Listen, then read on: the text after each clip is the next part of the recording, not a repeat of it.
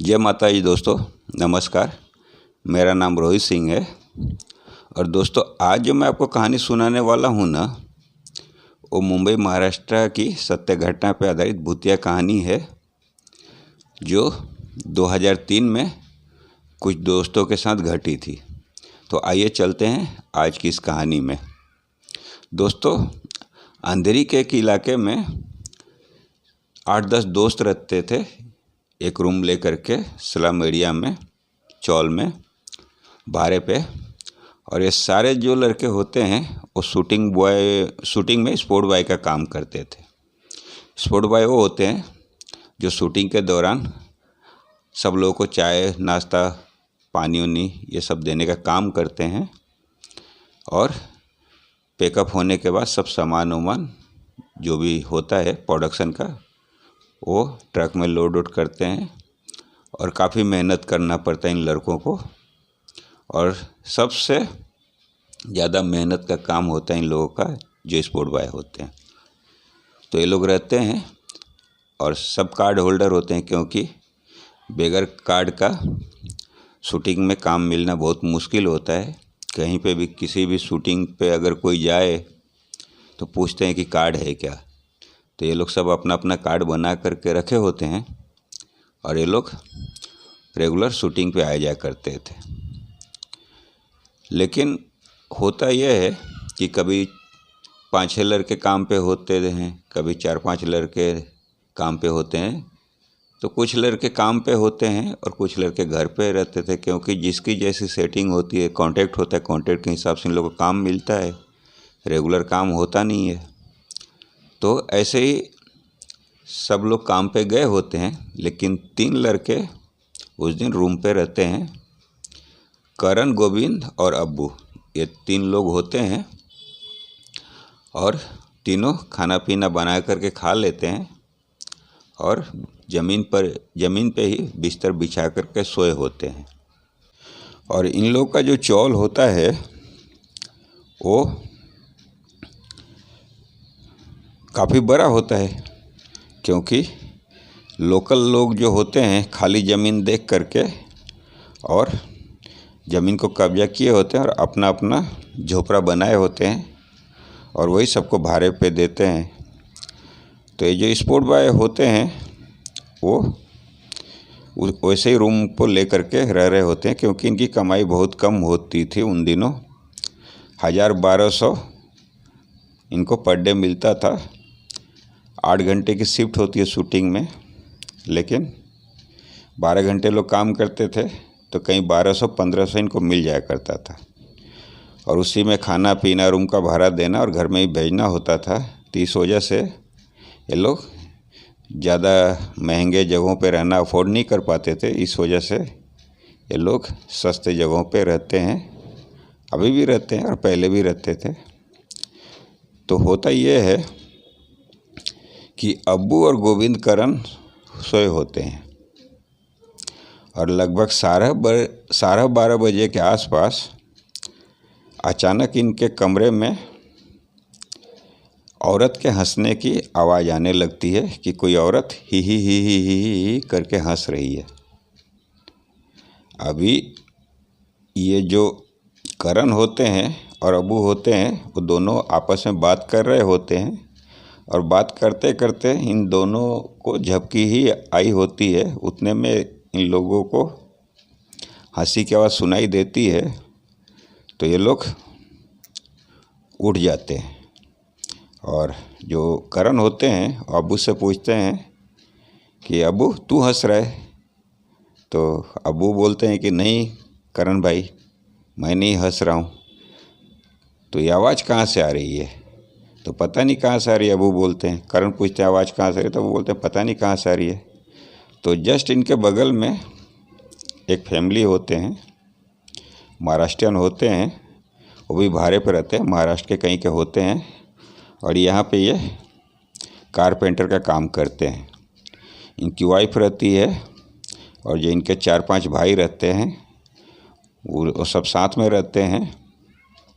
और वाइफ खाना वाना बनाती थी और सारे भाई जहाँ भी काम मिलता था काम करते थे। तो जो ये करण होते हैं और जयराम से पूछते हैं कि जयराम, ये हंसने की आवाज़ तुम लोगों के कमरे से आ रही है क्या?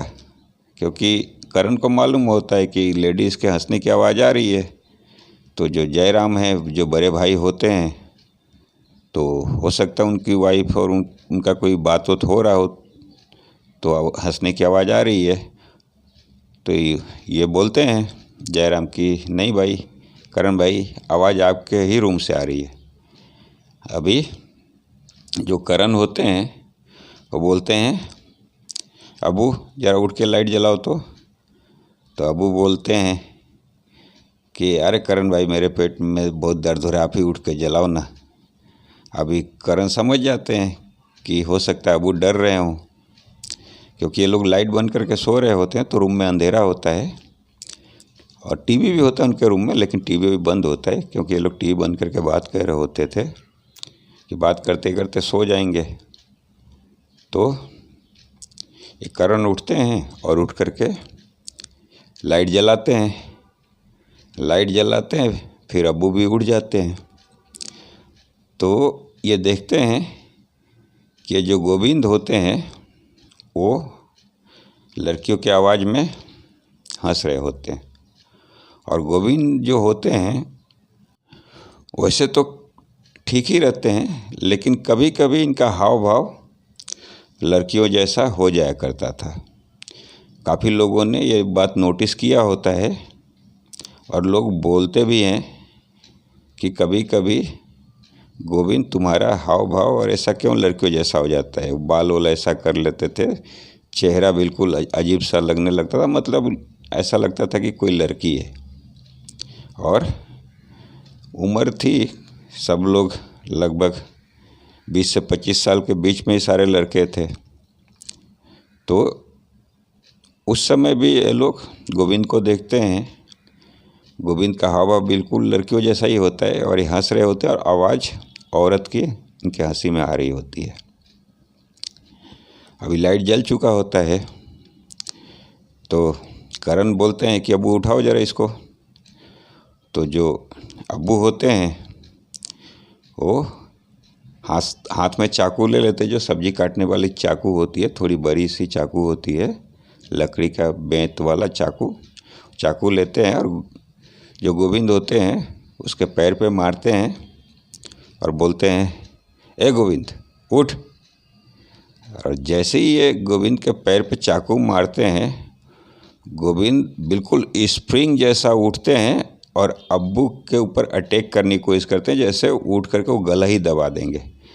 अभी अब्बू पीछे हटते हैं और चाकू दिखाते हुए बोलते हैं, मार दूंगा से बोलते हैं। उतने में जो करण होते हैं गोविंद को एक लापा खींच करके देते हैं और खींच कर बिठा देते हैं। और क्या हुआ तुझे? तो ऐसा वो दिखाते हैं कि वो नींद से उठे और बोल रहे हैं क्या हुआ? तो क्या हुआ तुझे, क्यों हंस रहा था औरतों की तरह, पागल कहीं का? तो मैं हंस रहा था औरतों की तरह। गोविंद बोलते, मैं हंस रहा था औरतों की तरह? तो बिल्कुल तू हंस रहा था। तो अरे भाई, मैं नहीं हंस रहा था, मैं तो सो रहा था, तुम लोग फालतू में मुझे मार रहे हो। और रोने गाने लगते हैं। अभी अगल बगल वाले भी लोग आ जाते हैं, जो जयराम उनके भाई वही लोग भी आ जाते हैं। और वहीं पे पास में एक महाराष्ट्रियन लेडी रहती हैं, दुर्गा मौसी बोलते हैं। उनकी उम्र लगभग 65 से 70 साल की होती है। काफ़ी बोल्ड टाइप की वो लेडी होती हैं दुर्गा मौसी। और वो तम्बाकू वम्बाकू खाती हैं, ड्रिंक वरिंक भी करती हैं। तो हल्ला गुल्ला सुनती है तो भी उठ के आ जाती हैं, अरे क्या हुआ बच्चों? तो ये जो करण होते बताएं, देखो मौसी ऐसा ऐसा बात है। तो वो जो मौसी आती है वो बोलती है, रुक जाओ मैं देखती हूँ। और जो गोविंद होते हैं, लंबे लंबे बाल होते हैं उनके झूल पे, जो साइड से मांग करके और बाल को संवारा करते थे, जैसे पहले के ज़माने में सलमान खान स्टाइल, अजय देवगन स्टाइल, तो ऐसे ये बाल रखा करते थे। तो दुर्गा मौसी अपनी उंगली में इनका बाल लपेटती है और 2-3 लाफा मारती है और पूछती है दुर्गा मौसी कि कौन है तू, क्यों आई है बच्चे के ऊपर।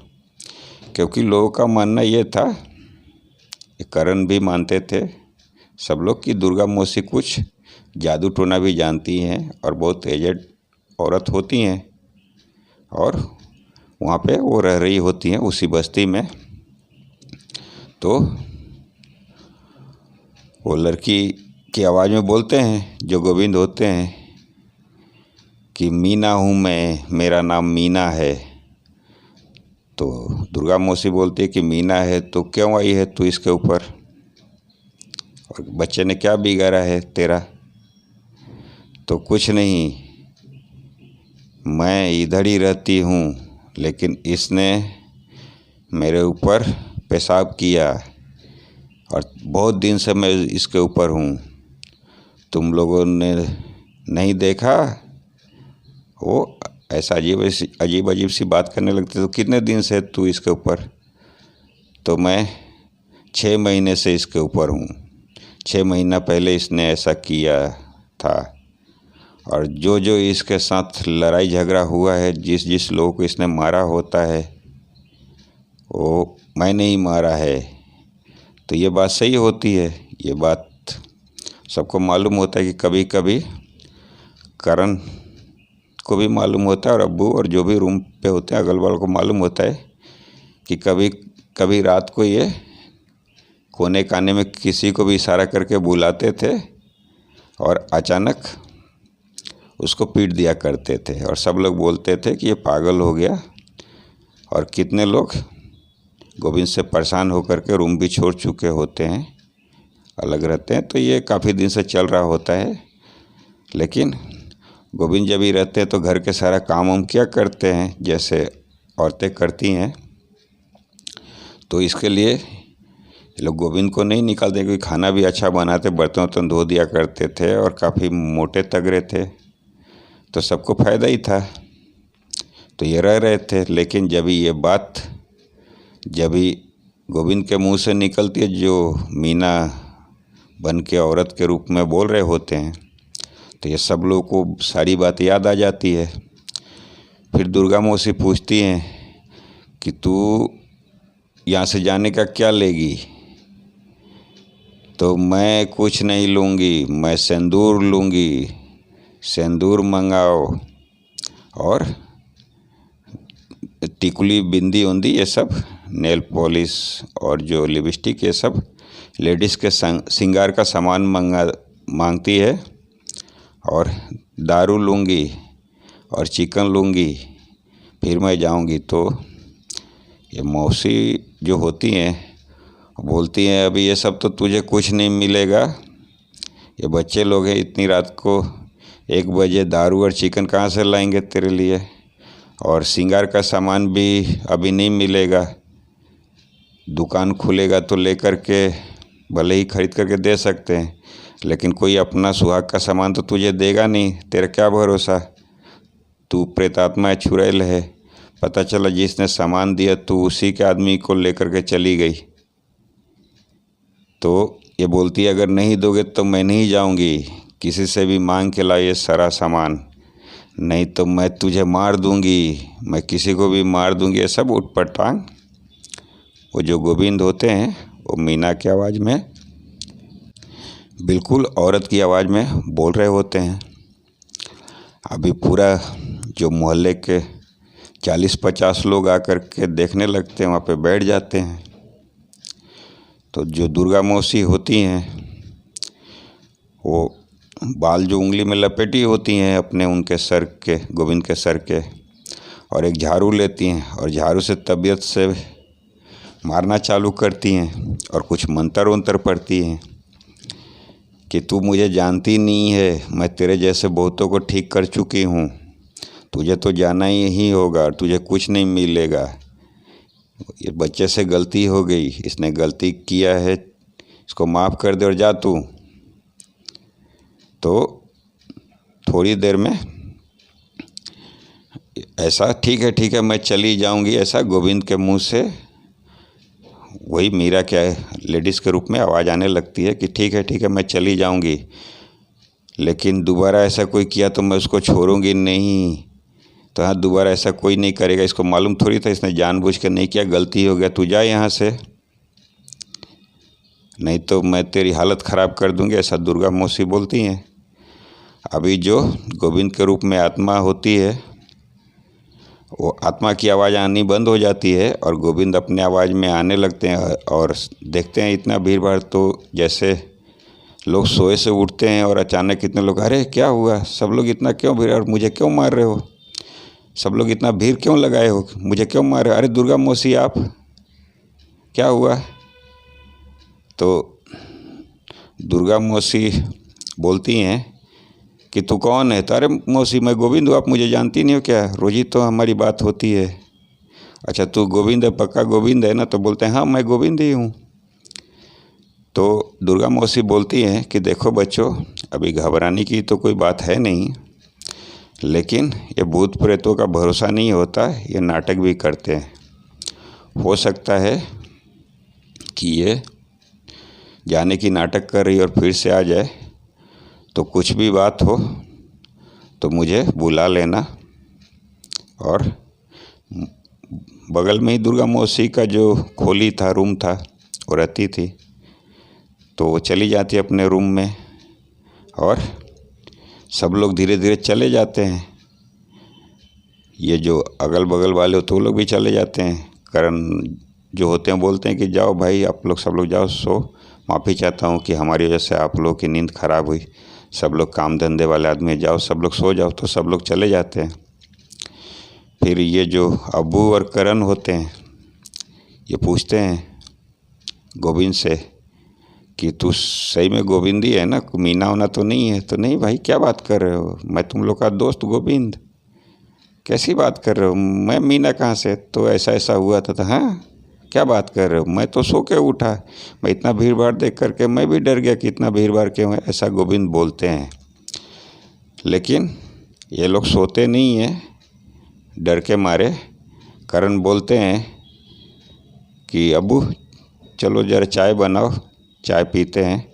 तो गोविंद बोलते हैं कि अरे भाई मैं बना देता हूँ ना। तो बोलते चल तू बनेगा तो तू ही बना। फिर गोविंद ही चाय बनाते हैं, जो स्टोव वगैरह होता है जला करके चाय बनाते हैं। सब लोग चाय पीते हैं और सारी रातें लोग जागते हैं। लेकिन उस दिन के बाद ऐसी कोई घटना नहीं होती है इनके साथ। तो दोस्तों ये थी आज की कहानी, जो ये करण, गोविंद और अब्बू के साथ घटित सत्य घटना पर आधारित भूतिया कहानी थी। आप लोगों को हमारी कहानी कैसी लगी? अगर कहानी अच्छी लगी तो लाइक करिए और कमेंट बॉक्स में आपको हमारी कहानी कैसी लग रही है कमेंट करिए। और दोस्तों आप लोग कहानी तो सुन रहे हैं लेकिन चैनल को सब्सक्राइब नहीं कर रहे हैं, तो चैनल को सब्सक्राइब करिए ताकि हमको मोटिवेशन मिले। और आपका क्या जाता है, सिर्फ सब्सक्राइब ही तो करना है, कोई पैसा तो जाता नहीं है। तो सब्सक्राइब कर देंगे तो आपको क्या जाएगा, आपका क्या जाएगा। तो आप चैनल को सब्सक्राइब करिए और बेल आइकन को भी दबा के रखिए ताकि हर रोज़ आने वाली कहानी का नोटिफिकेशन आपको मिलता रहे। थैंक यू दोस्तों, नमस्कार, हर हर महादेव।